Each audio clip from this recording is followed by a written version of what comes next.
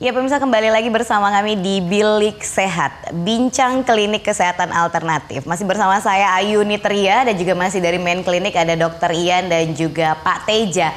Tadi menarik ya, tema kita hari ini memang keluarga harmonis. Tapi apa kaitannya sih sebenarnya keluarga harmonis dengan impotensi dan juga ejakulasi dini? Tadi Dr. Ian juga sudah coba memaparkan ya dokter ya. Yeah. Tapi ke Pak Teja, pada saat itu ketika terkena diabetes di umur berapa?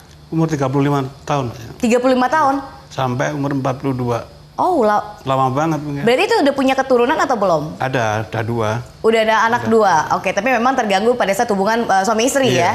Dokter, ini kan Pak Teja di usia 35 tahun baru terdiagnosa diabetes. Berarti ada jangka waktu di usia berapa sebenarnya Pak Teja sudah ada tanda diabetes sendiri?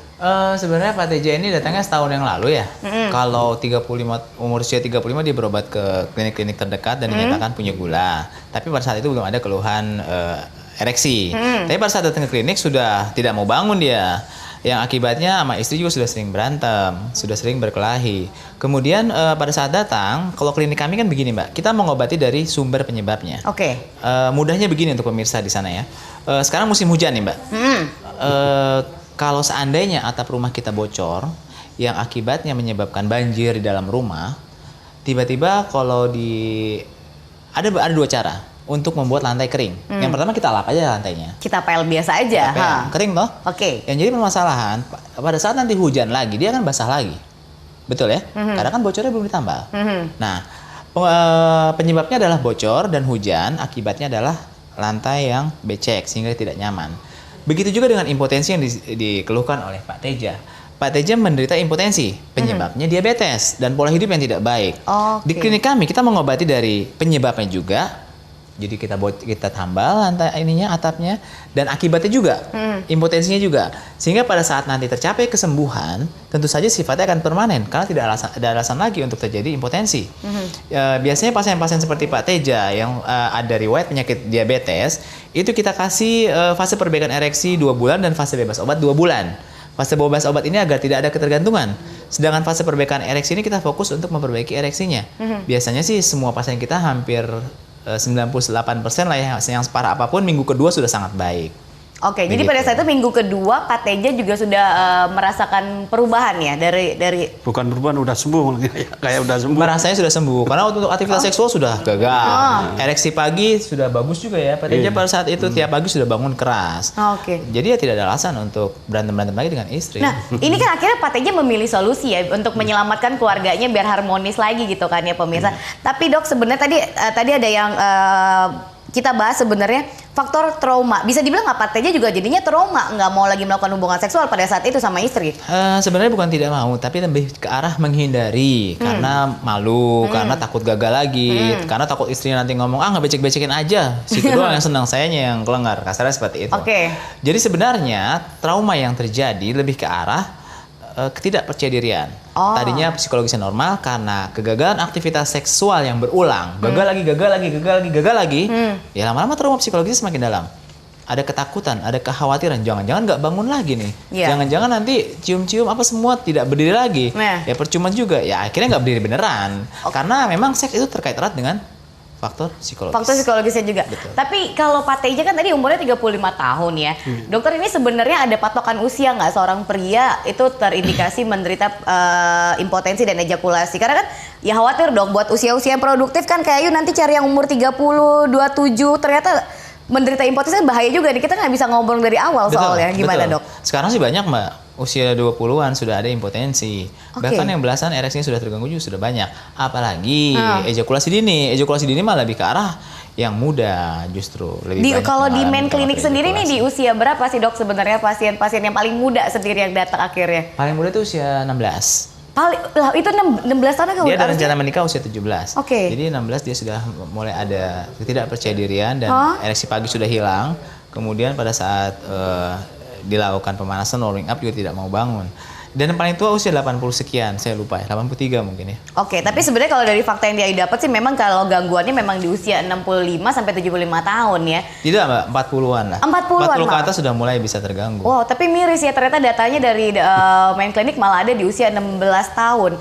Dokter, ini gimana nih kalau Pak Teja kan memang Pak Teja tinggal di daerah Saya Bekasi. Bekasi, berarti memang di klinik, main klinik nggak jauh ya dari Bekasi. Tapi gimana? Ada di Bekasi. Buat pemirsa yang ada di luar kota sana untuk bisa berinteraksi sama main klinik, bisa dapat pengobatan gitu. Kalau yang jauh, mereka bisa konsul via telepon. Nanti dilakukan anamnesa mendalam nanti yang angkat tuh dokter langsung, anamnesa oleh dokter. Setelah ditegakkan diagnosa, kemudian bila diperlukan laboratorium, mereka bisa periksa di sana. Nanti hasilnya dikirim ke kita. Nanti obatnya kita kirim ke rumah mereka beserta cara senam seksualnya begitu. Dokter, kalau dari segi ini kan aku juga lihat nih ada sebab-sebab impotensi terjadi, ada faktor kelainan seperti kelainan penisnya juga, kelainan pembuluh darahnya. Ini ada sangkut pautannya juga nantinya sama organ prianya sendiri. Arah pertanyaannya saya kurang jelas. Kalau dari ukurannya sendiri nanti akan mempengaruhi nggak? Ukuran. Kalau untuk ukuran sebenarnya ya, kalau bicara mengenai susunan anatomi dari wanita dan laki-lakinya.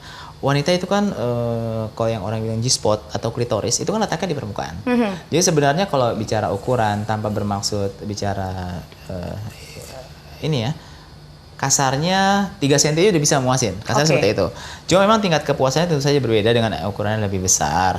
Tapi apakah itu menjadi prinsip atau tidak? Tidak prinsip sama sekali. Dengan ukuran yang kecil, kalau seandainya keras, maksimal, kemudian bisa lama, bisa memuaskan pasangan juga kok. Nggak ada masalah. Oke, berarti nggak ngaruh ya pemirsa ya ternyata ya. Mengaruh tapi tidak prinsip, Mbak. Oh, pengaruh tapi tidak berpengaruh tapi tidak prinsip. Tidak prinsip. Betul. Nah, Pak Teja balik lagi nih. Pak Teja sekarang kegiatannya seperti apa akhirnya? Ini kan udah usia 42 tahun. 45 saya, Mbak. Udah 45 tahun berarti. Nah, sekarang kan sudah tidak melakukan pengobatan lagi juga di main klinik. Apa konsultasi apa yang dilakukan dengan Dokter Ian sebenarnya sekarang? Ya, konsultasi biasa aja, Mbak. Ya, nggak, kalau kita nggak perlu juga nggak ke sana. Tapi tetap ya, tetap ya. Diabetesnya sekarang gula darahnya berapa? Kita kontrol makanan aja, Mbak. Diabetes itu cuma 200, kadang turun gitu. Oke, nah dokter ini sebenarnya kalau kaitannya penyakitnya sendiri nih dengan impotensi dan ejakulasi, di selain diabetes ada penyakit apa lagi yang nantinya akan bersumber kepada impotensi dan ejakulasi? Banyak, misalnya semua penyakit yang terkait dengan sistem kardiovaskuler, pendarahan dalam tubuh, kardiovaskuler jantung, entah itu penyakit jantung, entah itu penyakit hipertensi, entah itu penyakit kelainan darah, entah itu penyakit. Yang utama adalah stres yang berkepanjangan ya, Mbak. Stres yang berkepanjangan. Itu pun bisa memicu terjadinya gangguan gagal ereksi. Kemudian penyakit-penyakit yang terkait dengan fungsi saraf juga bisa mengganggu kualitas ereksi. Oke, dokter, kalau kayak fungsi saraf itu seperti apa? Yang tadi dokter bilang fungsi saraf. Jadi ketika seorang pria melihat sosok wanita cantik nih terangsangnya, itu dari bagian depan atau bagian belakang atau saraf, gimana sih dok sebenarnya prosesnya? Prosesnya yang pertama kalau dia terangsang tuh intinya dia akan menstimulus jantung untuk menyuplai darah ke Mr. P. Di saat yang bersamaan dia akan mengirimkan perintah kepada saraf untuk yang akhirnya diproduksi PDE5 inhibitor yang efeknya adalah melebarkan pembuluh darah masuk dan menutup pembuluh darah keluar. Yang jadi bermasalah kalau seandainya kualitas dari hantaran sarafnya itu terganggu, kualitas sarafnya terganggu, tentu saja PDE5 inhibitornya akan gagal diproduksi. Pada saat dia gagal diproduksi, fungsi melebarkan selang masuk dan menutup selang keluar kan tidak ada lagi. Jatuhnya terjadi gagal ereksi, begitu Mbak. Oh, nah ini nih yang kayaknya pemirsa juga harus waspada ya. Tapi untuk hotline tadi kan sudah bilang juga untuk pemirsa yang memang tidak berada di Jabodetabek ya, seperti apa biar bisa dapat penanganan dari main klinik, silakan langsung bisa hotline ya dokter ya di 0812 10 10 10 41 atau 0812 10 10 10 42 ya.